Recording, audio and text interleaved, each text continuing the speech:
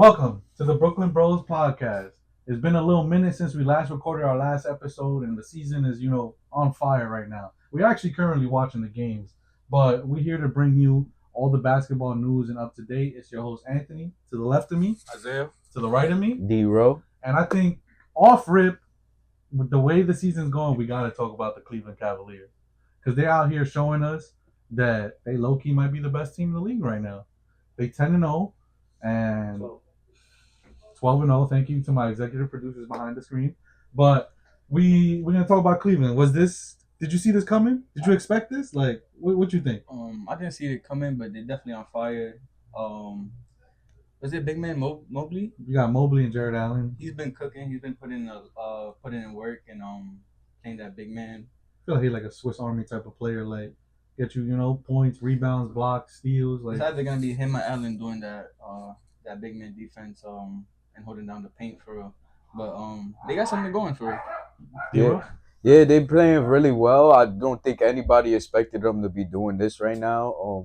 I think a big part of their success is the addition of Kenny Atkinson as the new head coach. I feel like he's found a way to get those guys activated. Mm-hmm. That, along with them getting a little more chemistry within these few years, they've been through a lot now. So it's like that mixed with Kenny Atkinson is like a recipe for success. So they definitely somebody to watch. Do I think they win anything significant? I still don't think they're that serious, but let's see what they're doing. They're definitely playing really well right now. All right, so then I got a question for you guys. Do you think Donovan Mitchell can be the number one option on a championship team?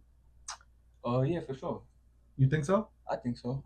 I don't personally, but I mean, Okay, I don't think so because I think he's a really good player. I just haven't seen him take a team deep in the playoffs yet. I mean, he's been in the league for a while now. We've seen him in the West. He came back from 3-1 against, what was it, the Clippers or something like that? Yeah, we seen that, but he never made it to a Western Conference Finals. He never made it to a Finals. We haven't seen him really be able to be a player to take your team deep in the playoffs. So I want to know why you think he's able to. Yeah, we haven't seen that, but I just feel like for the team he has now in the first 12 games, they're definitely on a roll. He had that same team last year. Yeah, they definitely look a lot better and efficient. Yeah, and I mean, they do look everyone is producing around, not just the one or two, everyone.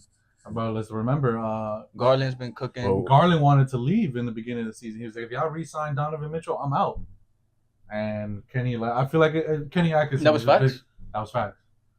So I feel like Kenny Atkinson has really put this team together. He's got everyone working how they need to work. And, but I don't think Mitchell can be the number one option because in the last, 30, 50 years, when has a small guard led their team to the finals? It's only been Chauncey Billups. You got Stephen Curry, which was recently, but I think Curry's way far better than Donovan Mitchell. And just the little guards don't run the league. I mean, I still a big man. I still think he could run the league, even though he's a little guard, just because his team all around is producing. He don't have to do too much to be the number one on his team and win those games. So, but yeah, Cleveland's out here giving y'all a 12-0 start. It's, I think, probably one of the best in franchise history. Right now, they're best in NBA history. I think some of the few teams, the Golden State Warriors, when they won 73 games, they went 26-0 to start the season, which is wicked. But shout out to Cleveland. They're number one in the East. They low-key looking like a contender. They're looking like they was able to put their team together, and everyone's doing what they got to do. Second in the East currently is the Boston Celtics. I believe they're 9-2 currently. And I think they picked up right where they left off last year. And Tatum got a statement to prove. He's out here trying to show that y'all benching me in the Team USA was a bad idea. And everyone's doing their job. Jaylen Brown is that Superman Batman combo. Derek White doing what he got to do. Drew Holiday. If he's trying to play that statement, don't you think they should have won against Golden State? I guess. I mean, technically, I know all that stuff is backdoor stuff, but. I mean, it's regular season. It don't really matter right now. Yeah, it's regular season. They just getting started. You can't win them all. It's 82 games. It's a long season. Scheduling and stuff. You're not gonna win every single game. Was that game a back-to-back? With how they just played 3 games in 4 days? Yeah, it's 82 games. No team ever win 82-0. So it happens.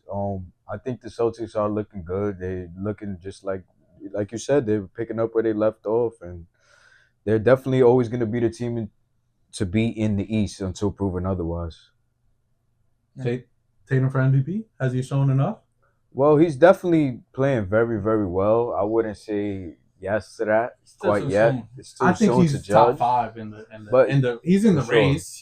but He's he's for a sure in the race. consideration. For sure, definitely top five in the Is race. Donovan Mitchell He in the could be top MVP? 5 now, but then shortly after, Jaylen Brown could pick up, and then he'll be in the section. So I feel like it's just I mean, tick for but tack for do we think real. Donovan Mitchell's in the MVP He conversation? has to be. He has to be because his team is doing so good. So it's like you have to, put a player up there in His that numbers is crazy. conversation. Yeah.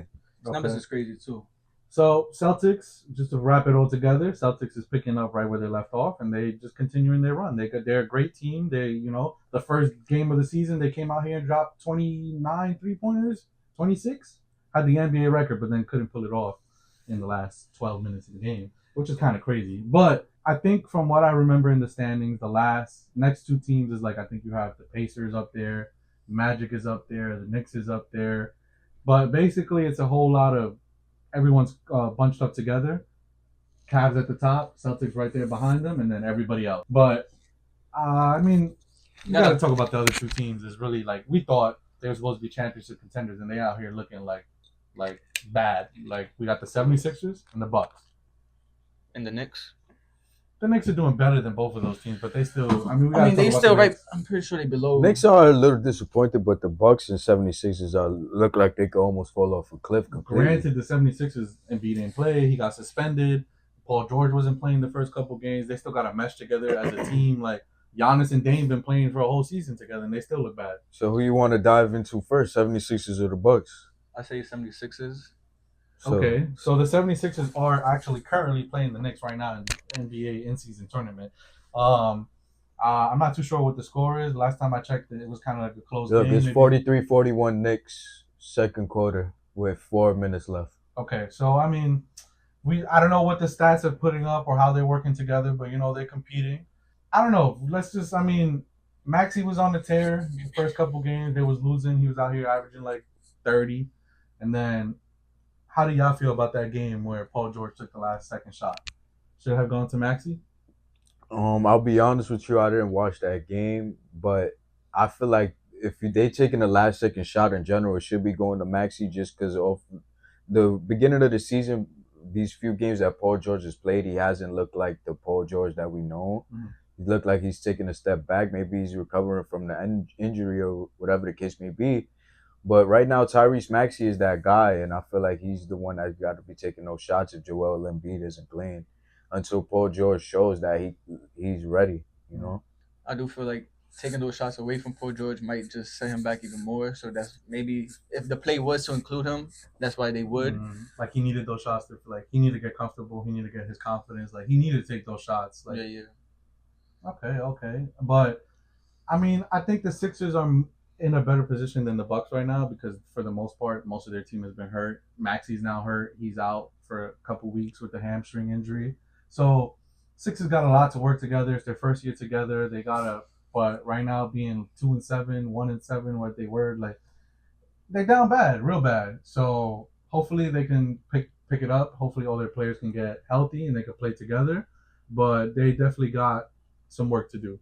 But the Bucks, I think, is in definitely a way worse boat. Real quick with 76ers, my main concern was Embiid, and just hearing with all the news and stuff coming up is just you don't really know if he's gonna play most of the games. Yeah, he said he was. Oh yeah, he said he wasn't gonna play none of the back to backs, and I think there was already like 14 games back to back. Like that already puts him in that threshold. The whole 65 games if you want to win MVP. 76ers got a lot to work on. The Bucks. Let's talk about the Bucks. The Bucks is looking atrocious. Giannis is out here dropping 40, and Dame is dropping 30, and they still losing. Granted, they also don't got Chris Middleton. Dame just got hurt. He's in the concussion protocol currently right now as of this date.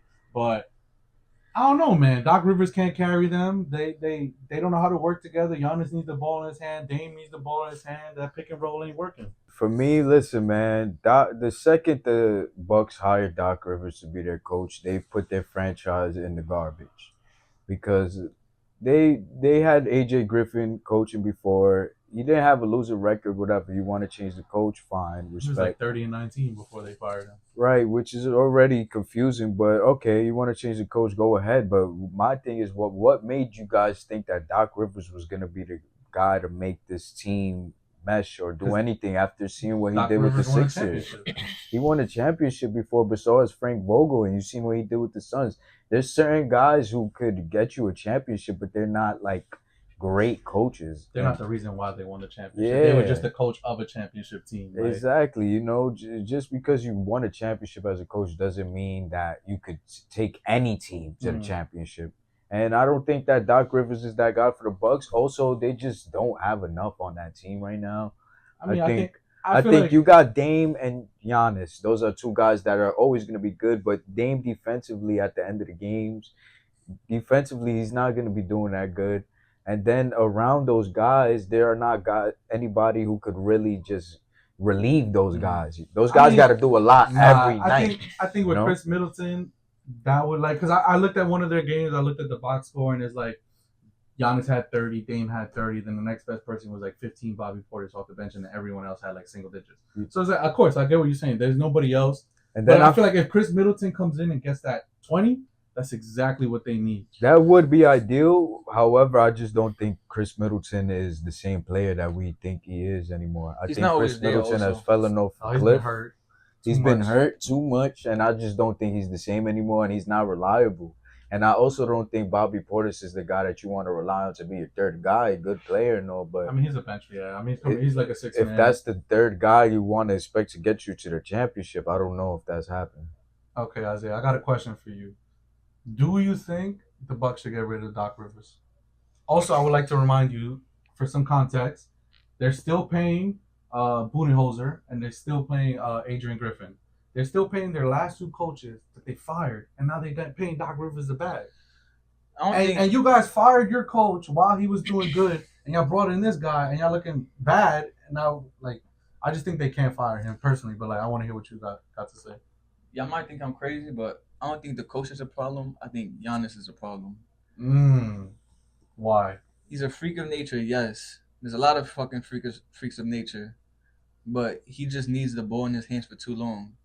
For them to make a play, he needs the ball for too long. Even if that takes him over dribbling and not having nothing not creating nothing and then passing out the ball. But it's always the same thing. He's looking for that drive. He's looking for those N1 points, and niggas know his game. I mean, I don't know, man. They look abysmal, honestly. They in the abyss right now. RIP the Bucks. They won a chip. They got a 2-time MVP, Defensive Player of the Year. Hopefully they could pick it back up together. I think Doc Rivers is an issue. They brought him in and he's not looking good. And the Bucks are bad. Yeah, it's time for change. That's about it. It's time for some sort of change. I think they already made one part of the change was bringing Dame. That's not working, so it's definitely. But it's like, what are you gonna do? You're gonna get rid of Dame again? Like, you're gonna get rid of Dame, or you're gonna just start all over and get rid of Giannis? Like, it's 1 or 2 for real. I mean, yeah. I mean, if you get rid of one, you gotta get rid of the other. Like, it makes no sense to keep. Oh yeah, totally restart and start building from scratch. If that's what they want to do. Depending on what you could get for Dame, now if you could maybe piece together something nice for Dame and get something good in return, there's a chance you could recover. Austin Reeves, Rui Hachimura, D'Angelo Russell, and like 2 second-round picks.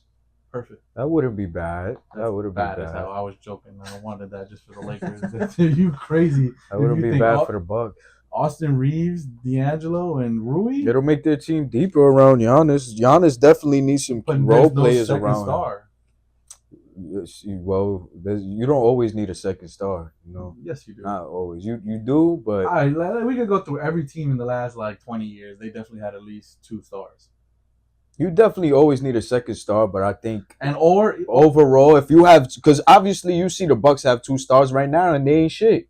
So it's like if you have one, but listen, if okay, that's fine. But you see they have 2 stars and they ain't shit. You rather have 1 star and key role players that could play better and lead your team to somewhere than have 2 stars and your team still ain't shit. You know what I'm saying? I feel like they still. So it's like that'll still make them better, is what I'm trying to say, than what they are now. But yeah, Bucks. They just need a new spark. They need to create something new. RIP to the Bucks. 76ers have more hope. They're also down bad. The East is kind of like we don't really know. Everyone like I said, besides those first 2 teams, everyone else is kind of like just whatever. We do have a lot of injuries too. I think the Magic would be a little higher. Fact. Shout out Paolo Banchero. He was cooking before he got hurt. He had like a 50 ball, I think. Yeah, Yeah. definitely. I always been a doubter of him. But I also knew that he just needed time, and it was actually good watching him play. It felt good watching him play ball. He's only in his third season. Sucks that he got injured. Yeah, speedy recovery to him. So many injuries right now, man. So yeah, you got we got the Celtics, we got the Cavs, we got the Bucks, we got the 76ers.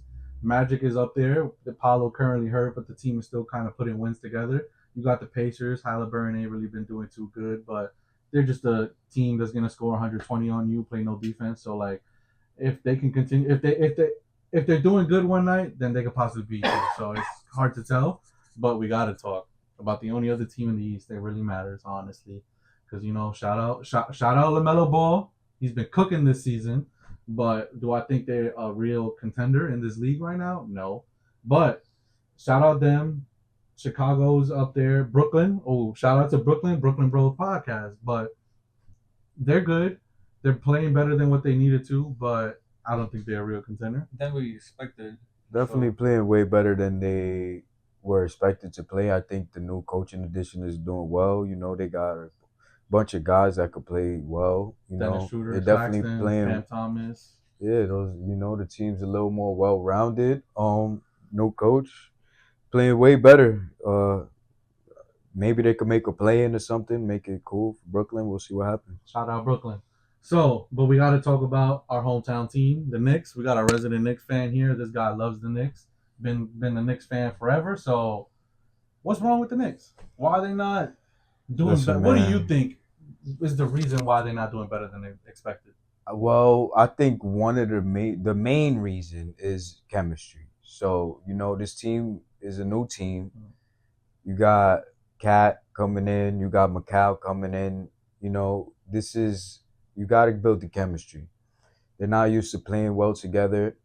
But if you ask me, I think it comes down to two things. This team doesn't have a problem scoring. Mm-hmm. The problem is defense. And you bring in Mikal Bridges here, you have OG here, wing stop. You think that they're going to be, stopping the offenses and locking these guys up, and they just haven't been able to do that. Mm-hmm. You had the recent game where Tyrese Halliburton and Ben Mathurin went off. I think it was 70 combined, and it's like, Mathurin had like 36, Halliburton had like 31 or something like that. Right, and these players are not supposed to be scoring that much points when you have these guys who are supposed to be stopping them defensively. I think the problem is they got the height on them. Yeah, they got the height on them, and it's just defense. It's just defense, and the bench is not deep. You got rid of DiVincenzo. Mitch is hurt. You got Precious Achua hurt. The bench is not deep, and Tom Thibodeau is playing his starters 40 minutes, and they're still not winning games. So, I think something has to give. You want to give it time for the chemistry. Right now, it's very early. You got to give it time. We got to get Mitch and Precious back. But it's not looking good right now at all. Do you think before the trade they would be in a different standing? Definitely. I thought before the trade, I was very confident about this team. I thought, with guys like Julius Randle and Dante DiVincenzo, they bring this certain dog aspect to the game. They bring that toughness and tenacity. And right now with this Knicks team, it doesn't seem like they have that. There's no energy. Yeah, they don't have an identity, and they don't have the toughness that they had in the previous season. Right now, guys aren't looking as tough. Mikal Bridges is just not looking like the guy we've seen on the Nets. Mm-hmm. I think he's a key player to this. The shot and that looking like he hitching out here, it ain't looking good. Mm-hmm. That was a guy that was expected to. I thought personally that he could at least give you 20 points per game, and he just hasn't been able to do that. And that's fine in my opinion if he's still able to guard guys, but he hasn't been able to do that either. It's just looking disappointing so far. Again, it's 9 games in. We'll see what happens. But so far, it's not looking like that trade was worth it. It looks like he lost that Dogan, bro. Yeah. In the Nets, I feel like he had to be that, bro, because he was one of the go-to players. He's trying to fit in, and maybe it's just not working well enough. Like, he's maybe trying too hard, and, it's just, the ball ain't sticking. But I will say, do you think they're trying too hard to fit Karl-Anthony Towns in? He's a big man. You got to give him the ball down low. You want to shoot his threes. But, I don't think he's a true big man. I mean, he's a 4 probably in this NBA. He's not a 5. But do you think them taking the ball away from Jalen Brunson to try to incorporate Karl-Anthony Towns is Jalen Brunson don't look like how he looked last year? Last year he looked like a top 5 player in the league. He was in the MVP conversation, but like, I think Towns slowed down their game. mhm. I feel like when Jalen Brunson used to play, he used to play very fast paced, and it was either he was taking that shot, or driving, or dishing out. Mhm. And now I feel like Carl Towns being in the paint, also stepping to the wing, throws him off a little. I think I can agree with that to a certain extent. It's definitely an adjustment that he has to make, and it's definitely the last year the offense was more free flowing. Again, I think this offense is good. We get a lot of shots from three. It's just about defense for this team. It's about defense for this team. These guys haven't been able to guard, and I sent the video to the that's the chat, problem. our group chat, and it was like a stat that like people scoring in the paint against Karl Anthony Towns are shooting at like 90%. He's basically non-existent down there, and he serves no purpose really on defense in terms of interior defense. And it's like if a team knows they could just drive, regardless if there's big man in there and they can score, then like it ain't really helping the cause. Yeah, the defense is suspect. Again, the bench is not deep. And to your point about Jalen Brunson, I wouldn't be concerned about Brunson due to the fact that last year he started off kind of slow, and so did Julius Randle. It kind of took them till about December to start getting real hot. Mhm. And I expect that again with Brunson. Brunson definitely picked it up when Randall got hurt. Yeah, once midseason comes, guys like Josh Hart and Brunson, they start going off. So I wouldn't be concerned with that, but yeah, definitely I'm concerned with the deepness of the bench, and I'm concerned with the defense. So Mitch, get healthy, please, ASAP, please, bro. Do you think Please. the in season tournament really makes a difference though? Because we're in that now. We currently watching the in-season tournament. The winners get 500,000 per player. Last year seemed to be like a great success. The games were more intense. People cared. Um, I think I think it's a good idea and it's doing what they wanted to do. They're trying to make because really like the season starts off hot. Everyone want to come to show something. And that middle part of the season is kind of slow. And then like after All Star break, they start picking it up. The teams that are looking like they could win, they could, like they feel confident in themselves and they start pushing. You know, I think the in season tournament is a good idea. I like it too. Yeah, I think at first it sounded sus or whatever, but after the first season of seeing it, I think it definitely brings up the intensity of all the teams. Even the teams who know that they won't be competing for a championship, this is something that they can still compete for, and every player wants to make a little extra bag. You know what I'm saying? So Facts. Shout out the Lakers. They about to go back to back. You already know. First in I don't season know about tournament that. I don't champions. know They about about to be that. the first back to back champions I don't know ever. about that. But But yeah, 500K each player, that's great. Who doesn't want to make that? Again, like I said, it brings up the intensity of each player. These games end up being really entertaining. You know what I'm saying? So it's not a bad idea at all. so Make that bag, nigga. just to recap on the whole Eastern Conference, we got the Cavs showing out, showing it way more than expected. Celtics picked up right where they left off. Everyone else is kind of middle of the pack. Knicks is not doing as good as expected. Pacers, Magic kind of are right where we expected them to be. They're really good teams and they're gonna win games. And the Sixers and the Bucks is down real bad. Let's get into the Western Conference. Currently, we got OKC number one, and they were number one last year. They are a young team. They got more experience. They got playoff experience. Chet did currently break his hip, fractured his hip. He's out for 6 to 8 weeks. So let's see. They just won their last game, and I think they were playing a good team. It was who they played in the last game? I think it was like the Clippers or the Warriors. I think it might have been the Warriors, and Chet wasn't playing. But they won that game. They're looking good. Shea isn't out here averaging 30 like how he was last season, but there's just a well put together team, and I think overall the whole team looks nice. Yeah, it's definitely natural in general when you get more firepower on your offense that your numbers are gonna go down. That's we going back to the thing with Brunson. That's probably another reason why his stats went down. But same thing with Shea here. More mouths to feed. Your personal numbers are gonna go down. But as you can see, the team is being very successful. We'll see if they could keep it up without Chet. Hartenstein hasn't even played a game yet. Yeah. You gotta incorporate him. He's definitely gonna play his role to the T. He's gonna get lobs. He's gonna get dunks. He's gonna get rebounds. He's gonna at least try to guard the defense way better than Karl Anthony Towns does. But yeah, they got a couple other big men that were hurt too. So this OKC team is really deep. So it's gonna be interesting to see them. OKC number one. We already know MVPs usually don't come from a team under the third in their respective conferences. So is Shea in the MVP conversation? For sure. He's always going to be in it. As long as his team is number one in the West, I think he's always going to be in that conversation. So currently number two is the Phoenix Suns. KD is also hurt. KD just got hurt. I think he's out for a couple weeks, but the Suns is also looking really good. I think they're finally working together. They got Tyus Jones. They got a real point guard who could come out here and dish the ball. They're winning games against good teams. It's coming down to the wire, but they're winning. You want to talk about KD? Your favorite player? Y'all lucky KD got hurt because he was carrying the fucking Suns. When he come back, he's gonna be dropping 30 again, no doubt about it. I mean, I don't think.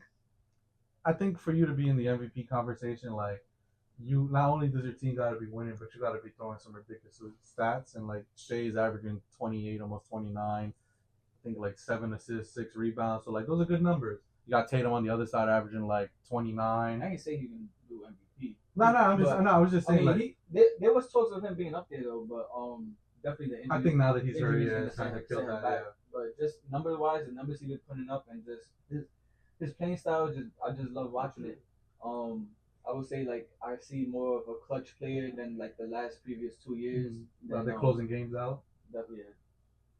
Okay. Yeah, I think KD has been really impressive this year. He definitely was going to be in the MVP conversations if the Suns kept winning games. He was looking really great. I think he was definitely top 5 in the conversation as well. I mean, his injury is not too bad. They're gonna reevaluate in 2 weeks, but yeah, hopefully he could play enough games to be considered. 65. Yeah. Oh, you're right. Yeah. So yeah, we got OKC doing good. Suns is doing better than expected. So, OKC kind of like right where we expected them. Number 3 right now is definitely a dark horse, and that's the Golden State Warriors. I believe they're like 9-2, and they beat the Celtics. This is one of the only 2 losses the Celtics have was against the Warriors. Steph even missed 2 games, and yet they're still winning games. They moved Kuminga to the bench, and that's kind of an issue right now. But I think he's doing good off the bench. Buddy Hield is he's basically came in and took Clay's spot, and he's that second shooter off the bench right now. But Warriors is looking surprising right now. Yeah, I wasn't expecting them to do that good, especially with the trade, losing Clay and stuff, and just everything. But yeah, they're surviving. They are actually doing more than surviving. They're holding their part. Yeah, I think it's just a new, fresh energy now that Clay's gone. Not that he was detrimental or anything, but I just think now that he's gone, they replaced him with Buddy Hield, who's also one of the top 3-point shooters and working. He's younger. Yeah, he's younger, and he working with Steve Kerr. He's found a way to just implement them in the offense, and even with Kuminga, it's a little issue, because him and Steve Kerr have had their back and forths in the past. But however, that first game this season where he put him on the bench, they still won that game in a good fashion. So I think they're looking like a really solid team. If Curry stays healthy the whole season, they could maybe be a little surprising team, I think any team that got Stephen Curry on it is always in the race. And, I agree. That man's proven that he wins championships, he carries his team, and he is the all-time best shooter ever. So that team is a dark horse, and they're doing better than expected. Draymond's still starting, right? Yeah, definitely. Sure. I mean, the Warriors is kind of looking like how the Cavs look in the East. Like, great, they were good teams, not expected to be as good as they are right now currently. Now in the 4th seed, I think we got the Denver Nuggets, and I think that's the MVP currently right now because Jokic is out here averaging like 30, 12, 13 rebounds, 12 assists. Like that's just ridiculous numbers. They're losing too much though. Nah, they're like 7-3. The 4th seed. They're definitely not doing as well. I think they were doing better in the beginning of the season, and then like they had a little. Like they were like 1-3 or patch. something. Westbrook had that one game where he had like 26, but other than that, he's been dropping less than. I mean, he's coming off the bench, but he was doing good for like 2-3 games because Jamal Murray was hurt. So like Westbrook came in and showed like he could still produce at a high level. And I mean, when you got Jokic on your team, you can do whatever you want. It don't matter. Like that man is out here dropping 15 assists, 15 rebounds, 35 points. Like he's pretty good, man. Like Jokic on the court, the field is just spread. The court is more open. So I mean, yeah, I think he's the number 1 for the MVP right now. Yeah, I think right now he's putting up video game type of numbers. I think it's like it's crazy the type of numbers that this man puts up, and he leads his teams to wins. So it's like until I think it's kind of clear, and it's like until we see somebody else kind of matching that up, it's gonna be Jokic. Well, It's crazy. it's early though, Big but man is doing these numbers. Yeah, a big man averaging double-digit assists. yeah, he's It's just crazy. He's been doing it for so long too. It's just like, and no one has an answer for him every year. I mean, yeah, he's basically. I mean, last year he averaged like 26, 12, and 8, almost 9. So he almost averaged a triple double last year, and he won his MVP. I mean, if he wins a fourth MVP, that'd be crazy. He's already in the history books. He could retire right now. He's top 50 player of all time. Like, Denver's, slowly working it, working their grooves out, and it's looking good. yeah, Jokic is just so important to that team. He just does so much, and he's so important for everything that team does. Jamal Murray, after he came back, he saw Westbrook about to take his starting position. He came and dropped like 26. He said, I got to produce. Aaron Gordon just got hurt though. Oh, facts. You are right. He is out. So he's gonna be out for a few weeks. It's gonna be interesting to see if they can still maintain without him. I mean, Michael Porter Jr. gonna have to pick it up. He was low key looking like that third star, get you 20 a night last year. His 3 too, B. You let that 3 go. Yeah, when it's hitting on a good day. Yeah, he getting you like 6, 7 a night.